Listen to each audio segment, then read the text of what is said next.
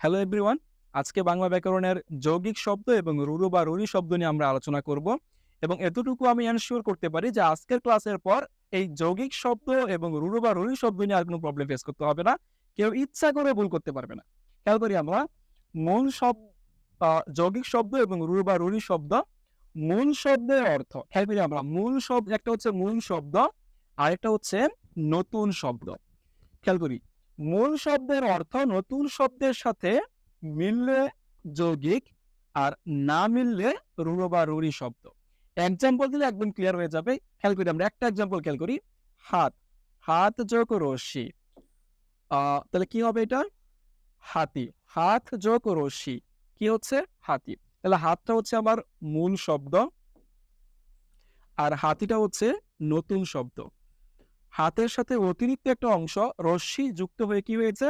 হাতি নতুন শব্দ হয়েছে। তাহলে খেয়াল করি আমরা হাত মানে কি?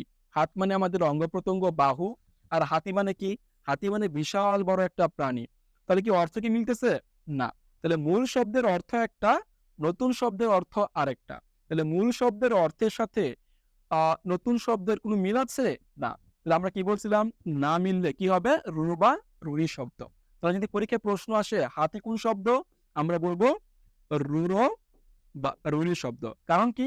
কারণ মূল শব্দের সাথে নতুন শব্দের কোনো মিল নাই। চলে আসি পরের একটা এক্সাম্পলে। মধু যোগ র। তাহলে বলতো মধুটা কি হবে? মূল শব্দ না নতুন শব্দ?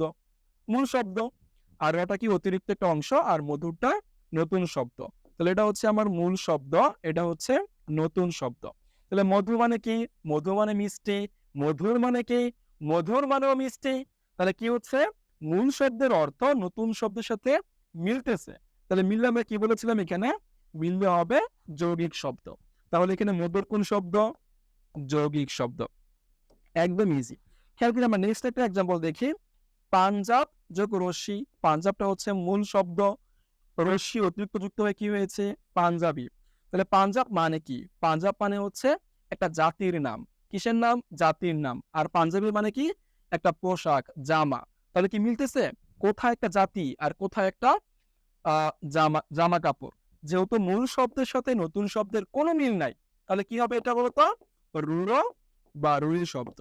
খেয়াল করি আমরা আমাদের জাস্ট দুইটা লাইন মনে রাখলেই হবে। মিললে যৌগিক, না মিললে রুড়ো বা রুড়ি শব্দ। খেয়াল করি আমরা মাস। মাস মানে কি? মাস মানে 30 দিন। মাসের সাথে অতিরিক্ত একটা শব্দ ইক যুক্ত হয়ে কি হয়েছে? মাসিক। খেয়াল করি আমরা মাস মানে কি? 30 দিন। মাসিক মানে কি? 30 দিন পর পর যা হয়, মানে মাসিক সভা, মাসিক আয়। তাহলে দেখো মাস মানে 30 দিন, মাসিক মানেও 30 দিন। তাহলে মিলতেছে। তাহলে মিললে কি হবে? যৌগিক। মিললে কি শব্দ হবে? যৌগিক। চলে আসে না পরেরটায়। মাস যোগ রশ্মি। এখানে মূল শব্দ কি? মাস। নতুন শব্দ কি? মাসি। তাহলে মূল শব্দের অর্থ কি? 30 দিন। মাসি মানে কি?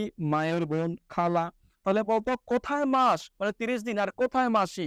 কোনো মিল আছে? কোনো মিল নাই। তাহলে মিল না থাকলে কি হবে? রুড়ো বা রুড়ি শব্দ। একদম ইজি না? খেয়াল করি আমরা লাস্ট একটা এক্সাম্পল আমরা দেখবো। বাস যোগ রশ্মি সমান সমান কি? বাঁশি। এখানে বাঁশ হচ্ছে মূল শব্দ, বাঁশের সাথে ই যুক্ত হয়ে নতুন শব্দ হচ্ছে কি? বাঁশি। তাহলে বাঁশ মানে কি? মানে কাঠ, বাঁশ গাছ বা কাঠ জাতীয় কিছু। আর বাঁশি মানে কি? বাদ্যযন্ত্র। কোনো মিল নাই। কোথায় বাঁশ আর কোথায় বাদ্যযন্ত্র? কোনো মিল আছে? না। আর আমরা বলেছিলাম না মিললে কি হবে? রুড়ো বা রুড়ি শব্দ। তাহলে আজকের ক্লাসে সামারি কি? সামারি হচ্ছে এটাই। মূল শব্দের সাথে নতুন শব্দের যদি মিল থাকে তাহলে হবে যৌগিক। আর যদি কোনো মিল নাই, একদম আকাশ পাতাল ডিফারেন্স, অর্থ পুরোপুরি ভিন্ন আসে, তাহলে কি হবে? রুড়ো বা রুড়ি